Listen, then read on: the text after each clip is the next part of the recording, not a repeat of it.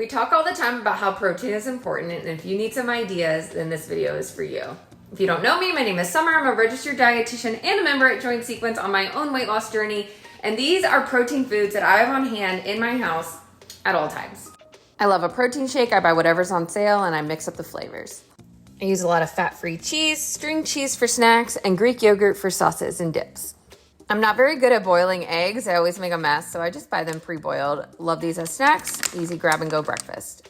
Whenever I cook a protein, I try to make extra to throw into a bag salad for lunches.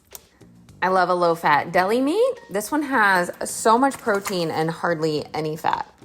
Every so often, I'm in the mood for something sweet, so I'll reach for a bar. These have 200 calories and 20 grams of protein. In recipes that call for some sort of chicken broth, I've been substituting bone broth, which has 19 grams of protein in this entire box. I almost always have cottage cheese on hand. And lately, I've been playing with some smoked salmon with my breakfast. Super yum. These are awesome little individually packaged serving sizes of edamame that I keep in the freezer along with some frozen shrimp. And I always buy an extra ground turkey breast when it's on sale and just throw it in the freezer. I hope that helps give you some foods to add to your next grocery list so that you can make sure you're eating enough lean protein. How much? Well, a reasonable serving size, 4 to 6 ounces at every meal and snack, and you should be good. No need to count the grams.